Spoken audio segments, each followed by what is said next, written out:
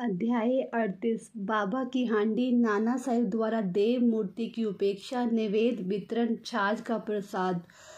गत अध्याय में चावड़ी के समारोह का वर्णन किया गया है। अब इस अध्याय में बाबा की हांडी तथा कुछ अन्य विषयों का वर्णन होगा। प्रस्तावना। हे सतगुरु साईं, तुम धन्य हो। हम तुम्हें नमन करते हैं। तुम्हें विश्व को सुख पहुंचाया और भक्तों का कल्याण किया। तुम उदार हृदय हो। जो भक्तगण तुम्हारे अभय चरण कमलों में अपने को समर्पित कर देते हैं, तुम उनकी सदैव रक्षा व उद्धार किया करते हो। भक्तों के कल्याण और परित्राण के निमित्त ही तुम अवतार लेते हो। ब्रह्मा के साँचे में शुद्ध आत्म रूपी द्रव्य ढाला गया और उसमें से ढलकर जो मूर्ति निकली वही संतों के संत श्री साईं बाबा है। साईं स्वयं ही आत्माराम और चिर आनंद धाम है। इस जीवन के समस्त कार्यों को नश्वर जानकर उन्होंने भक्तों को निष्काम और मुक्त किया। बाबा की हांडी। मानव धर्म शास्त्र में भिन्न भिन्न युगों के लिए भिन्न भिन्न साधनाओं का उल्लेख किया गया। सतयुग में तप, त्रेता में ज्ञान, द्वापर में यज्ञ और कलयुग में दान का विशेष महत्व है। सर्व प्रकार के दानों में अन्न दान श्रेष्ठ है। जब मध्या के समय हमें भोजन प्राप्त नहीं होता तब हम विचलित हो जाते हैं। ऐसी स्थिति अन्य प्राणियों को अनुभव कर जो किसी भिक्षुक या भूखे को भोजन देता है वही श्रेष्ठ दानी है। तैत्तिरीयोपनिषद में लिखा है कि अन्न ही ब्रह्मा है और उसी में सब प्राणियों की उत्पत्ति होती है तथा उससे ही वह जीवित रहते हैं और मृत्यु के उपरांत उसी में लय भी हो जाते हैं। जब कोई अतिथि दोपहर के समय अपने घर आता है तो हमारा कर्तव्य हो जाता है कि हम उसका अभिनंदन कर उसे भोजन कराएं। अन्य दान जैसे धन, भूमि और वस्त्र इत्यादि देने में तो पात्रता का विचार करना पड़ता है, परंतु अन्न के लिए विशेष सोच विचार की आवश्यकता नहीं है। दोपहर के समय कोई अपने द्वार पर आए तो उसे शीघ्र भोजन कराना हमारा परम कर्तव्य है। प्रथम लूले, लंगड़े, अंधे का रुग्ण भिखारियों को, फिर उन्हें जो हाथ पैर से स्वस्थ है उस सभी को अपने संबंधियों को भोजन कराना चाहिए। अन्य सभी की अपेक्षा पंगुओं को भोजन कराने का महत्व अधिक है।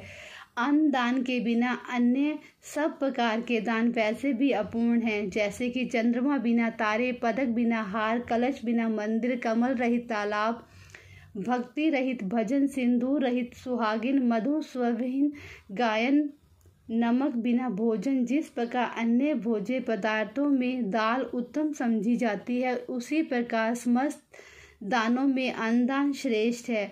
अब देखें कि बाबा किस प्रकार भोजन तैयार कराकर उसका वितरण किया करते थे। हम पहले ही उल्लेख कर चुके हैं कि बाबा अल्पाहारी थे और वह थोड़ा बहुत जो कुछ भी खाते थे वह उन्हें केवल 2 ग्रहों से ही भिक्षा के उपलब्ध में हो जाया करता था। परंतु जब उनके मन में सभी भक्तों को भोजन कराने की इच्छा होती तो वह प्रारंभ से लेकर अंत तक संपूर्ण व्यवस्था में स्वयं भोजन किया करते थे। वह किसी पर निर्भर नहीं रहते थे और ना ही किसी को इस संबंध में कष्ट ही दिया करते थे। प्रथम वह स्वयं बाजार जाकर सब वस्तुएं अनाज, आटा, नमक, मिर्ची, जीरा, खोपरा और अन्य मसाले आदि वस्तुएं नगद दाम देकर खरीद लाया करते थे। यहाँ तक कि पीसने का कार्य भी वह स्वयं ही किया करते थे। मस्जिद के आंगन में ही एक भट्टी बनाकर उसमें अग्नि प्रज्वलित करके हांडी में ठीक नाप से पानी भर देते थे। हांडी 2 प्रकार की थी, एक छोटी और दूसरी बड़ी। एक में 100 और दूसरे में 500 व्यक्तियों का भोजन तैयार हो सकता था। कभी वह मीठे चावल बनाते और कभी मांस मिश्रित चावल पुलाव बनाते थे। कभी कभी दाल और मुटकुले भी बना लेते थे। पत्थर की सिल पर महीन मसाला पीस कर हांडी में डाल देते थे। भोजन रुचिकर बने इसका वह भरसक प्रयत्न किया करते थे।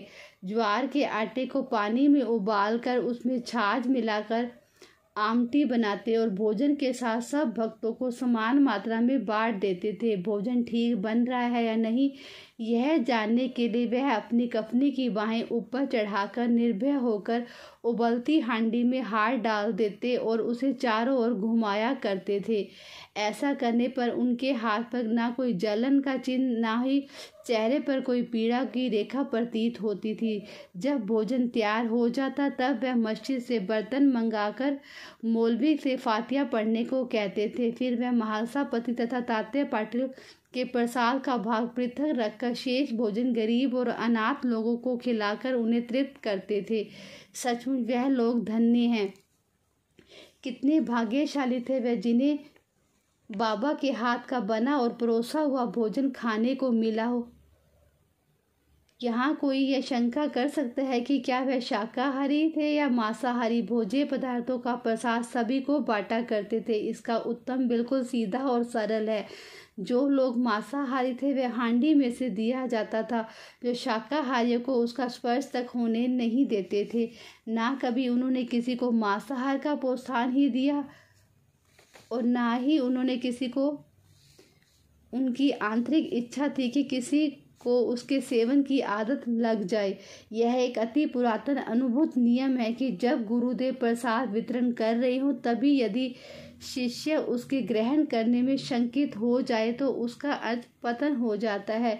यह अनुभव करने के लिए कि शिष्यगण इस नियम का किस अंश तक पालन करते हैं, वह कभी कभी परीक्षा भी ले लिया करते थे। उदाहरण, एक एकादशी के दिन उन्होंने दादा केलकर को कुछ रुपए देकर कुछ मांस खरीद लाने को कहा। दादा केलकर पूरे कर्मकांडी थे और प्राय सभी नियमों का जीवन में पालन किया करते थे। उनकी यह दृढ़ भावना थी कि द्रव्य, अन्न और वस्त्र इत्यादि गुरु को भेंट करना पर्याप्त नहीं है। केवल उनकी आज्ञा ही शीघ्र कार्यान्वित करने में वे प्रसन्न हो जाते हैं। यही उनकी दक्षिणा है। दादा सिंह कपड़े पहनकर एक थैला लेकर बाजार जाने के लिए उद्यत हो गए। तब बाबा ने उन्हें लौटा दिया और कहा कि तुम ना जाओ, अन्य किसी और को भेज दो। दादा ने अपने नौकर पांडु को इस कार्य में निमित्त भेजा। उसको जाते देखकर बाबा ने उसे भी वापस बुलाने को कहकर यह कार्यक्रम स्थगित कर दिया। ऐसे ही एक अन्य अवसर पर उन्होंने दादा से कहा कि देखो तो नमकीन पुलाव कैसे पका है। दादा ने यूं ही मुंह देखी कह दिया कि अच्छा है। तब वह कहने लगे, तुमने ना अपनी आंखों से इसे देखा, ना जीवा से स्वाद लिया, फिर तुमने कैसे कह दिया कि उत्तम बना है। थोड़ा ढक्कन हटाकर तो देखो। बाबा ने दादा की बाह पकड़ी और बलपूर्वक बर्तन में डालकर बोले, थोड़ा सा इसमें से निकालो और अपना कट्टरपन छोड़कर चख कर देखो। जब माँ का सच्चा प्रेम बच्चे पर उमड़ जाता है तो माँ उसे चिकोटी भरती है, परंतु उसका चिल्लाना या रोना देखकर वह उसे अपने हृदय से लगाती है। इसी प्रकार बाबा ने भी सात्विक मातृ प्रेम के वश को दादा का इस प्रकार हाथ पकड़ा। यथार्थ में कोई भी संत या गुरु कभी भी अपने कर्मकांडी शिष्यों को वर्जित भोजन के लिए आग्रह करके अपनी अपकीर्ति कराना पसंद न करेगा। इस प्रकार यह हांडी का कार्यक्रम सन 1910 तक चला, फिर स्थगित ही हो गया। जैसे पूर्व में उल्लेख किया जा चुका कि दास कन्हू ने अपने कीर्तन द्वारा समस्त बम्बई प्रांत में बाबा की अधिक कीर्ति फैलाई। फलतः इस प्रांत से लोगों ने झुंड के झुंड शिरडी को आने लगे। थोड़े ही दिनों में शिरडी पवित्र तीर्थ क्षेत्र बन गई।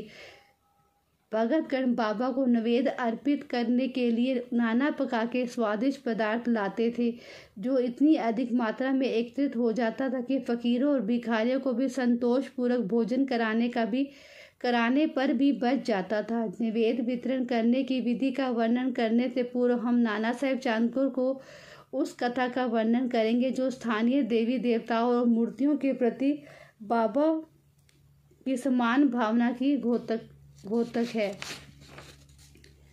नाना साहेब द्वारा देव मूर्ति की उपेक्षा।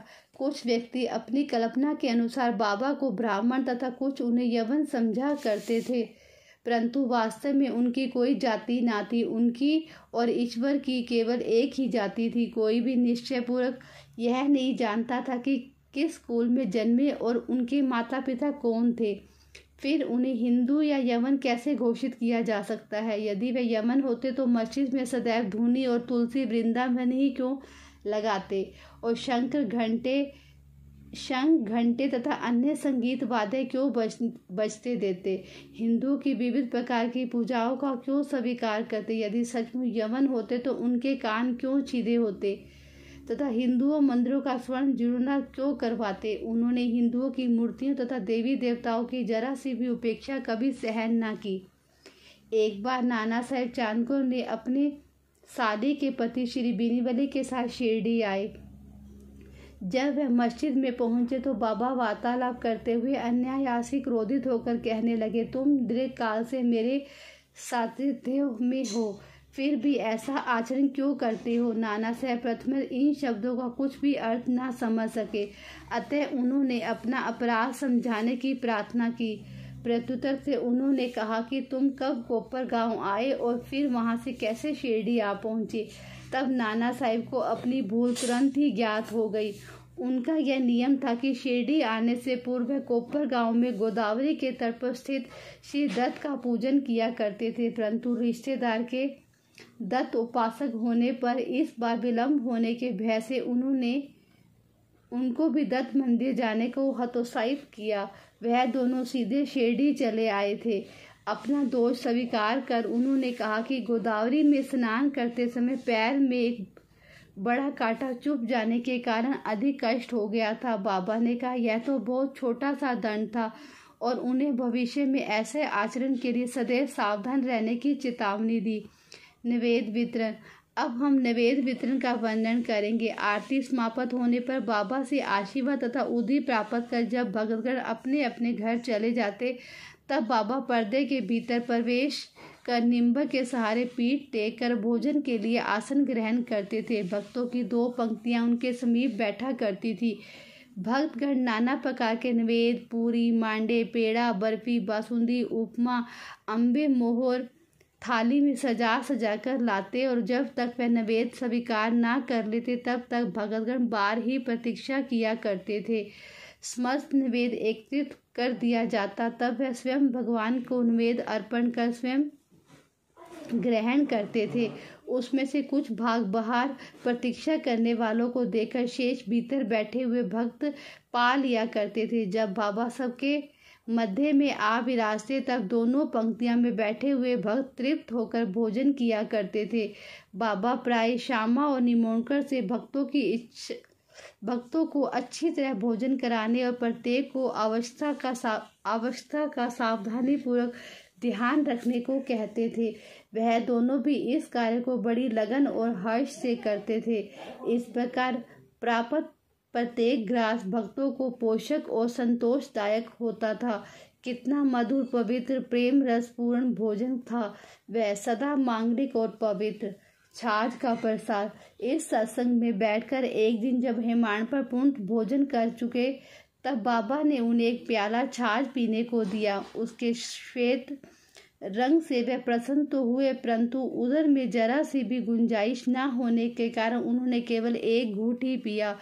उनका यह उपेक्षात्मक व्यवहार देखकर बाबा ने कहा कि सब पी जाओ, ऐसा सुअवसर कभी ना पाओगे। तब उन्होंने पूरी छाछ पी ली, किंतु उन्हें बाबा के सांकेतिक वचनों का मर्म शीघ्र ही विदित हो गया, क्योंकि इस घटना के थोड़े दिनों के पश्चात ही बाबा समाधिस्थ हो गए। पाठकों, अब हमें अवश्य ही हेमाडपंत के प्रति कृतज्ञ होना चाहिए, क्योंकि उन्होंने तो छाछ का प्याला पिया, परंतु वह हमारे लिए यथेष्ट मात्रा से ही साईं लीला रूपी अमृत दे गए। श्री सतगुरु साईनाथ परमस्तु शुभ भवतु। ओम साई राम।